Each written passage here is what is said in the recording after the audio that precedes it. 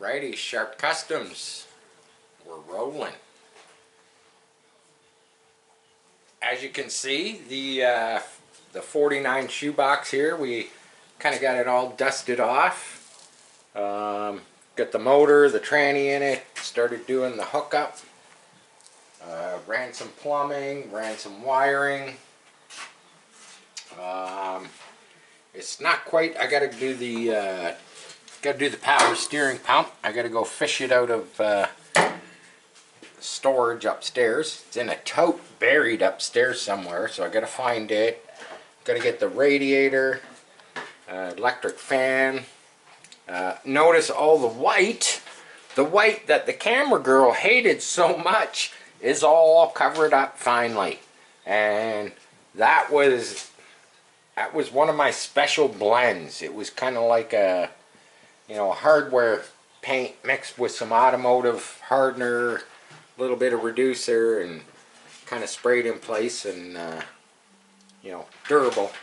I wouldn't say it was wasn't trim clad. It was like armor coat or something like that, but the stuff sprayed super nice. It's a little dusty, but it'll clean up nice.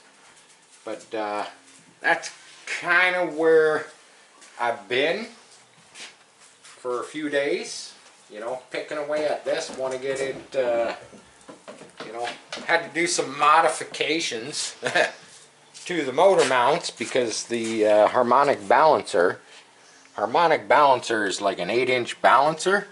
That bracket right there used to come straight off of there, and it would have hit the balancer, so I had to tweak these mounts, and then also the pieces that go down underneath the mounts were like way over here, so yeah, I had to cut them, move them back,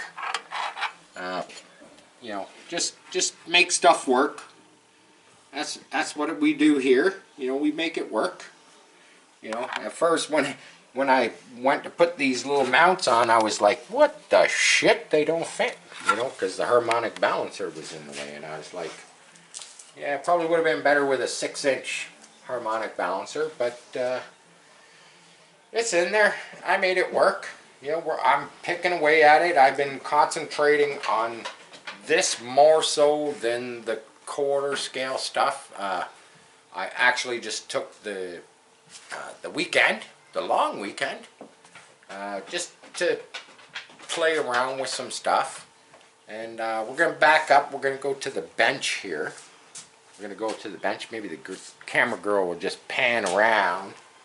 So what I've been trying to make is I've got all these impellers, and I've got a new pump for the new fiberglass jet boat. These are all big ones. These are all like, you know, 50, 60 millimeter. These are like 55 millimeter. Well, I'm using the little, it's actually 42 millimeter, this opening. Did the nozzle for it. Yeah, I did it in the funky Mako brown silk.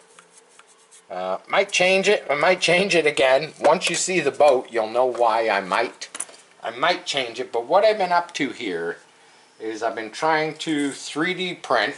So this is how the print comes out. It's got all this you know, support, and you just break it off. You break it off, and it leaves little divots there. So it's a case of taking some sandpaper and just sanding it just quickly. Now what I'm doing with these is I'm trying to do the lost PLA, you know, in casting into aluminum, and I've had four attempts. Here's all my bits and pieces of aluminum.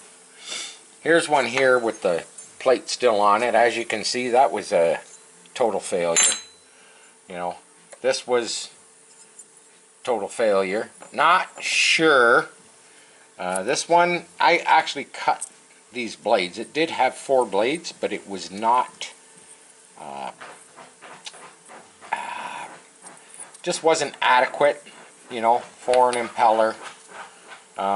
This one I did this afternoon, and I did two this afternoon. I did this one, which was a total dud. That was a quick mix. This one was a little more strategic layout, and I still, you know, I still didn't.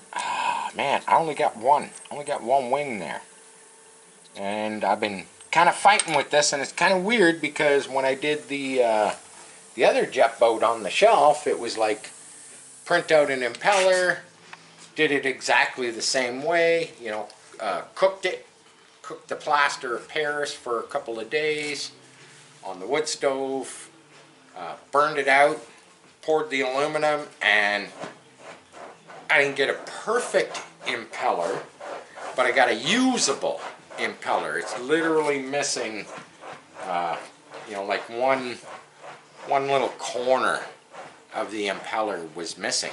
But I'm going to show you how I set up to basically, you know, try and cast out an impeller. And it won't take long. It won't take long. I got everything set up here, and I came across some new. So the plaster, when you slow heat it for, you know, 2 or 3 days, it's a long process, and I hate that. I'm a very impatient person, and I like to kind of speed things up. And plaster of Paris, the DAP, it's not really considered. You know, it's not a casting. A lot of people use it. But there is better, you know, casting powders that you can buy that work better. But then again, it's more expensive. So what I came up with is I got my little bowl here. Looks like porridge. See that? It's all lumpy. And what that is, I thought I would do a little experimentation. What that is, I'll show you what it is.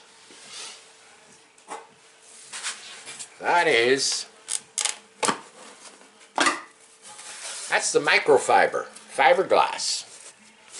And I just kind of crushed it and mixed it in the water, you know, thinking, well, you know, because whenever I burn out one of my casts, it tends to crack open, and then you end up with you know, a bunch of flash. You got cracks in your you know, in your plaster from heating it up so much to do the burnout, because that's what we're doing. We cast this PLA in plaster. You know, we let it cure, we get rid of all the moisture, and then we burn it out, and you know, we hope that we get it all out. The only thing with the PLA is there is a chance that it leaves a little bit of ash debris behind, so I might, I did find another product that I could probably 3D print with, polycast, that might work better, because, you know, I've done four. I'm going to tell you, years and years and years ago, I was doing it a different way, and it took me, I'm just going to grab the impeller, but this it's about a 55, 56 diameter impeller. You know, it's not perfect either. You know, it's missing a little piece there, but this took me like 12 tries just to get one. And that's a lot of plaster, it's a lot of propane, you know. I kind of like to, you know, I hate wasting stuff, you know, like the plaster. When you use the plaster, and you're going to see it, but when you use the plaster, it's a one-shot deal. You know, you mix it, you use it, you bake it, you cast it, and then once you pull your part out, whether it's good or bad, it's garbage. You know, you got to go pick yourself up some more plaster. But I'm going to show you how I set this up. Now, I try and stick to the same procedure all the time. So my shaft is going to be 5/16, so I have a bolt that is 5/16. I'm going to hot glue the bottom, and I got a piece of acrylic here. And I'm just going to stick it down. Just going to stick it down like that. And then of course, so what we're going to need here, we're going to need somewhere. Now normally my 5/16 shaft, it's sticking up. This one, I thought I would try something a little different. So now we're going to need a sprue to fill it once all this plastic is burned out and it's gone. And you'll see what I mean. So I use styrofoam. Styrofoam's, you know, it dissolves, it burns away pretty quick. So I'm just going to hot glue it. Yeah, you gotta watch. The hot glue starts to melt the styrofoam. And this time what I'm going to try is I'm going to try a whole, I'm going to do the whole top as my fill, what I'm going to call where I'm going to fill with the aluminum. Okay, but now as the aluminum goes down there and it starts to fill this, okay, there's you know, there's many voids, you know, like it's got to get all the way down here to the bottom, and the chances of it spilling out from here to here, aluminum doesn't flow like you think it should. So I have to put vents in order for it to flow. So what I do is I use more styrofoam and I attach it, and I don't worry about a little bit of you know, a little bit of excess glue, because that all gets burned out kind of in the process. And I do every corner. So this is a 3-blade.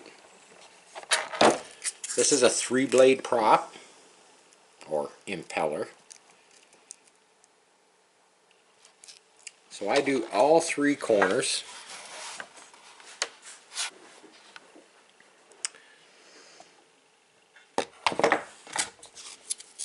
And this is kind of the way I've always done it. Now all this stuff is going to burn out. The hot glue, the styrofoam, you know, the plastic, it's all going to get burned out after the fact. So now we take, I like a soup can. Soup cans are good. I went and dug this one out of the, you know, our recycle bin. And I'm just going to slide it over there like so. That's going to give me about an inch above the impeller. That might be a little excessive. Now I'm just going to hot glue it to this piece of acrylic. Just a nice little bead of hot glue just to hold it there. I thought I would show you this stuff because I thought it was kind of interesting, and I do this well, you know, quite a bit really. You know, trying to make impellers. What now? You're gonna probably say, well, shit, Sharpie, why don't you just use the plastic ones? Well, you know what? I tried the PLA, the ABS, you know, the PETG, and for an electric application such as that boat up on the shelf, probably worked fine.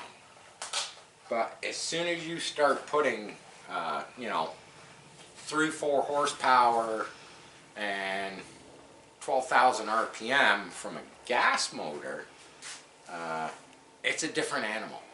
You know, the torque is just incredible, and it just blows.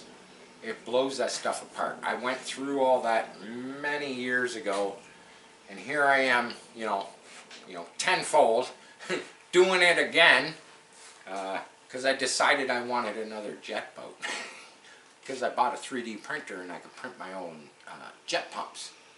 So, let's mix up a batch of plaster with my fiberglass oatmeal here.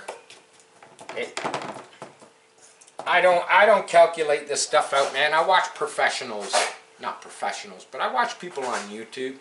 They calculate out, you know, they measure how deep that is, how round it is. You know, they do all the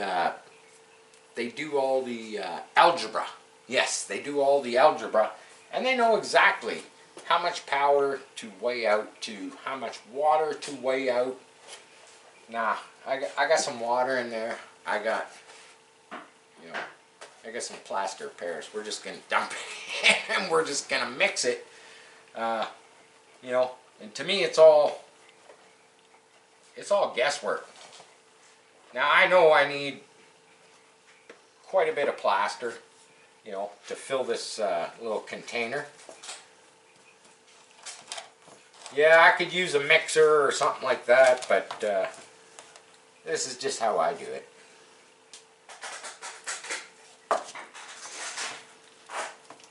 We're going to mix this up. We're going to pour it in there.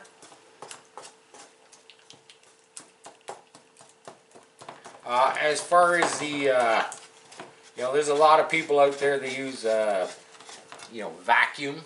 They pull the vacuum after they put their slurry, their investment cast, because that's what you call it. It's investment casting. Yeah, you know why they call it investment casting? Because you're investing so much goddamn time into doing this stuff that it's just crazy. You know, I find it crazy. I invest so much time into doing these things. Like I want one. That's all I want. I just want one. This is number 5. You know, I usually do 2 at a time. I'll probably lay up another one before I do this one and burn it out, because it's, you know, firing up the forge outside. That's another thing. You know, people don't realize, man, it takes propane, you know, to fire up the forge and get the crucible hot and get your aluminum in there. And you know, that's another thing. I'm starting to think maybe I shouldn't be using aluminum. Maybe I should try something, I don't know, something different. Maybe, you know, bronze or, you know, something. Aluminum's good and strong. Oh, look at this. It looks like, oh, we needed some green in here and it would look like pea soup.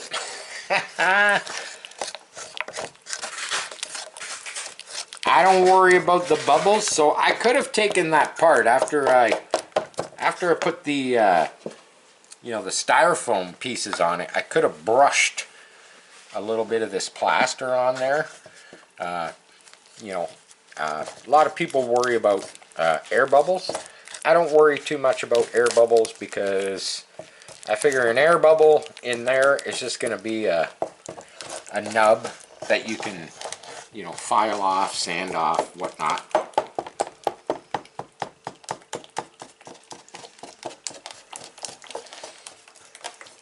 And you know, my stuff outside, I don't have a kiln, you know, to burn this out.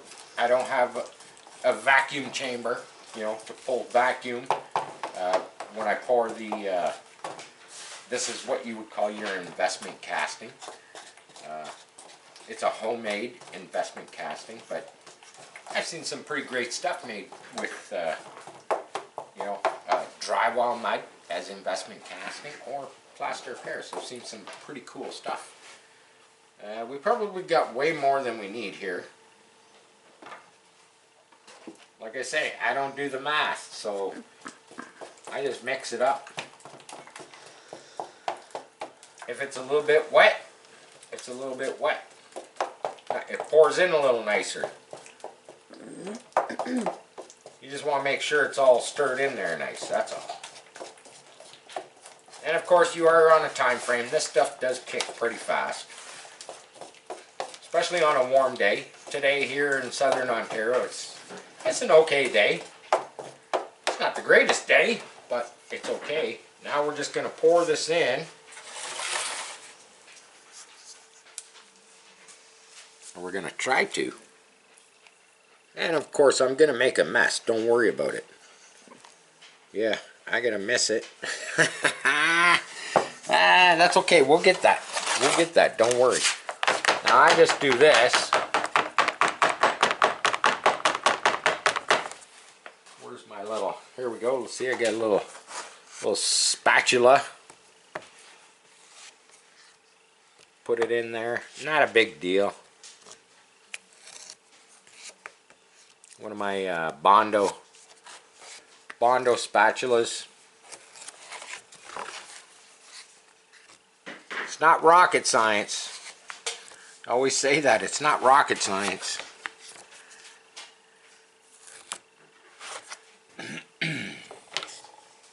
Now you could, so these impellers that I'm trying to make, so when I was doing the bigger pumps, you know, I was into, you know, 55, 56, all the way up to like 60 millimeter.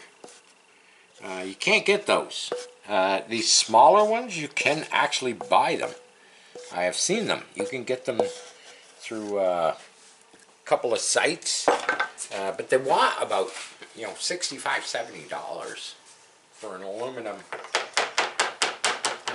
impeller. I would rather spend $65 on material and just keep trying, you know, till I get my own.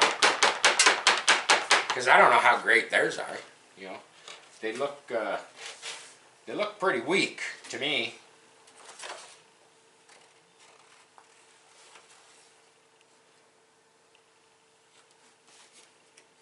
That works great.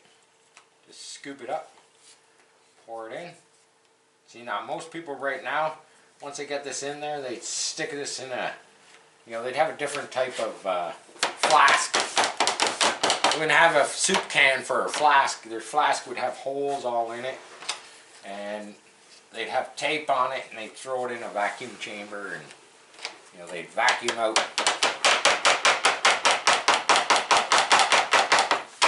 all the air bubbles. Like I say, I don't worry too much about air bubbles, because an air bubble is just, you know, if you're doing bronze casting or something like that, then yeah, you don't want air bubbles.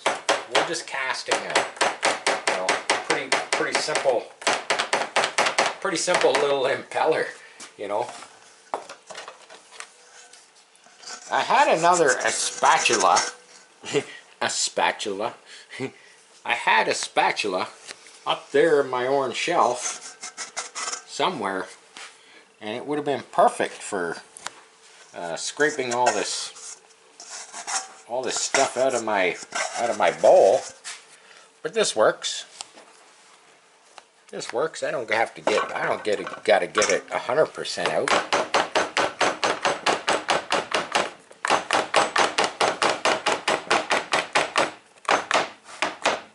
Oh, look at that. Maybe the hot glue that was holding it might have broke, come free, but that's okay.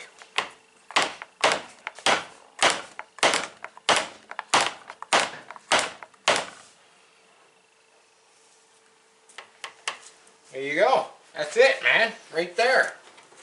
That's it right there. Now we just, it's already setting up. Like, this stuff sets up super fast. Now what I'll do is, once it's hard, I don't even worry about the styrofoam sticking out. You know, because when you when you heat it up, whether I heat it up in the stove or put it in the oven, you know, or put it in the forge outside it, makes no difference. That stuff disappears.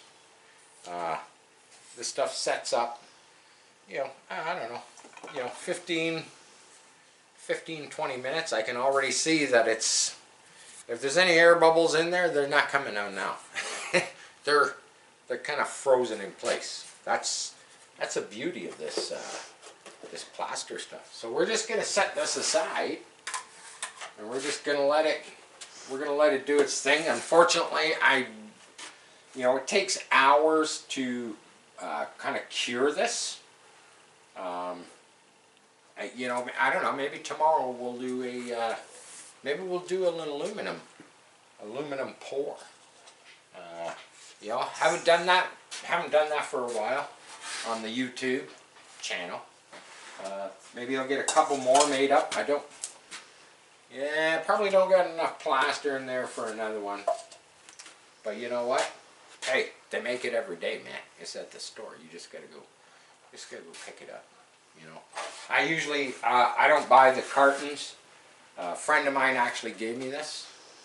I mentioned it, you know, that I could use some more plaster, and he bought this little, you know, 1.8 kilogram carton. I was like, yeah, that's not gonna last long. I buy it by the bag. You know, I buy a bag full of it. It's cheap as shit. But yeah, I'm just clearing off the table. I'm gonna unplug my hot glue. Oh, we unplugged everything. Good plug. Unplug the hot glue gun. We'll set it over here because I got something else to show you. Just show that impeller over there. Got something else to show you. Got some, I gotta go grab it. Grab it. I'll bring it over.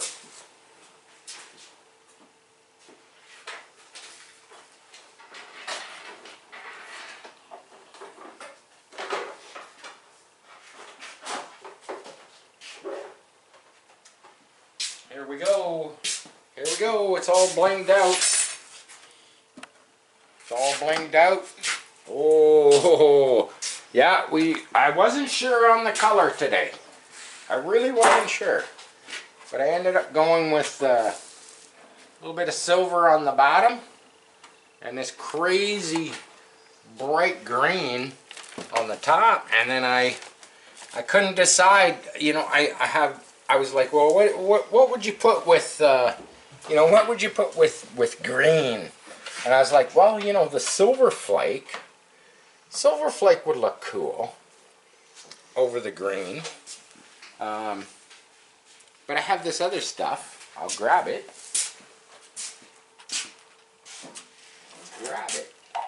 So I mixed up the clear coat after I had the green and the silver down. I got my silver mini flake. Silver. Here we go. Yeah, silver mini flake. And then I grabbed this stuff that was in my cabinet, and it's prismatic, DX78 prismatic. And prismatic it's all the colors of the spectrum. There you go, look at that. Yeah, and I just decided I'd put both in it. Now, this thing looks gorgeous out in the sun. Let me I'll grab a flashlight. Maybe a flashlight might show it off, maybe not. Looks cool out in the sun. Out in the sun, the silver flake actually looks like dirt in the paint. Yeah, it looks like dirt. But the prismatic is just, yeah, see, all we can see in here is the silver flake. You don't get to see much of the prismatic. Natural light is definitely better. You can see a little bit of the prismatic. You can see some blues, lots of blues. But yeah, we got her clear coated up because I'm gonna do some more. Probably, it's fresh. See, it's kind of trying to stick to the paper. I'm not worried about the bottom too much. But yeah, we're gonna do some airbrushing on this. Not sure what we're gonna do on it. Kind of want to keep to, you know, it's a boat, so we want to keep to a water theme. I don't know. Maybe we'll do some crazy barracudas on the side. You know, bone barracudas. Maybe we'll do a bonefish on the. Here, I'll grab a picture. I kind of like this guy. Normally I do skulls and flames and stuff like that. This was from an old, one of my, oh, it's all dusty. Yeah, it was from an old, yeah. The hellfish. He's a fighter. He's a fighter. Maybe we'll put him, up on the top. And then we'll put we'll put skeleton fish down the side, you know. I don't know. I'm trying to come up with a water, you know. I kind of like the waves, you know, the kind of the wavy lines around them. I'm not gonna put hellfish, you know. That was another boat that I had. I do like the fish though. I think he'd look cool on there. It's basic, but yeah, something water related, and I think, you know, fish are water related. I can't think of what you would do for. It's a jet boat, you know. Give me some ideas, you know. Comment. Give me some ideas. You never know, your idea might end up on this jet boat. But yeah, there you have it. Back at ya. Sharp Customs. Share, like, subscribe. Love you all. Peace. I'm out.